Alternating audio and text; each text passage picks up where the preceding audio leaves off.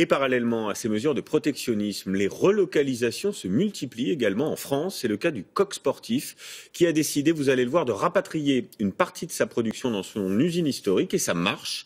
Les ventes repartent. Alors est-ce une stratégie marketing ou une vraie volonté industrielle? Christelle Méral nous explique avec Eloane Martin et Maya Boyer. Des couturières concentrées sur leurs machines. Des stylistes qui enchaînent les créations. Une activité, symbole de la renaissance d'une marque spécialisée dans le sport. Alors comment les salariés du Coq Sportif relèvent le pari du Made in France? Dans les années 90, cette usine avait fermé. La production délocalisée en Asie, mais les ventes se sont effondrées.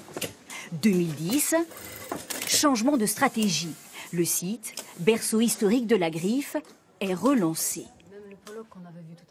Avec seulement une dizaine de salariés. Ça fait 7 ans que je suis là, mais je me rappelle le premier jour quand je suis arrivée, il n'y avait pas de machine, il n'y avait pas de tissu, il n'y avait pas d'aiguille. Et tout, il fallait tout créer, tout démarrer. Donc c'était vraiment incroyable. 7 ans plus tard, ils sont près d'une centaine dans l'usine, à 2 heures de Paris. Ce redémarrage, une aubaine pour Dominique Robert, spécialisée dans la coupe. Elle avait perdu son emploi. J'ai été dans une boîte qui a fermé, quoi, tout simplement. Elle a liquidé. Et je me suis retrouvé au chômage et après, j'ai eu la chance d'être prise ici et c'est super, quoi. Une opportunité aussi pour les plus jeunes. Thomas Fontaine, sans diplôme, colle désormais les logos sur les maillots. À la fin du mois, je signe le CDI, donc génial. Ça ouvre des portes pour mon avenir et tout ça, crédit de la maison. Des salariés qui fabriquent notamment des maillots pour des équipes de football ou de rugby. Mais comment être rentable avec des salaires français 5 fois plus élevés qu'en Asie? La clé, la majorité de la production se fait au Maroc. Les emplois français sont réservés à la fabrication des maillots haut de gamme. Le Made in France, un atout marketing vendu au prix fort, 129 € le maillot de l'AS Saint-Étienne.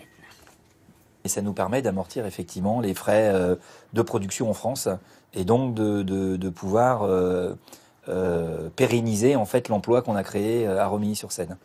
Et si jamais le maillot était à 60 €, ce ne serait pas possible de le fabriquer en France? Non, 60 €, c'est pas possible. Une relocalisation qui profite à d'autres sociétés, comme cette entreprise de teinture de 95 salariés située à Troyes. Le coton est teint dans ces énormes cuves. Tu prends la matière comme ça, hop. Difficile de trouver des ouvriers qualifiés, les écoles de formation ont disparu. Alors les anciens que le chef de pièce forment tombe dans les la jeunes. machine. Donc là maintenant tu vas tirer la sangle d'en bas, c'est très dur, c'est très dur. Il y a la chaleur, il y a l'humidité, manipuler des produits chimiques, colorants, conduire des machines qui chauffent jusqu'à 130 degrés. Fabien Vasseur a d'abord pensé renoncer. C'était beaucoup trop physique, mais j'ai quand même persévéré parce que j'avais besoin d'un boulot et au final, je me suis habitué. Comme lui, 25 salariés ont été recrutés.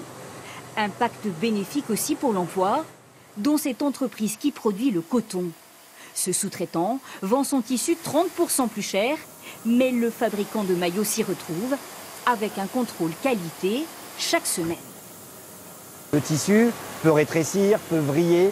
Le fait de le maîtriser à côté de nous, ça nous permet de faire tous les tests et de garantir et de s'assurer que le consommateur ne sera pas déçu.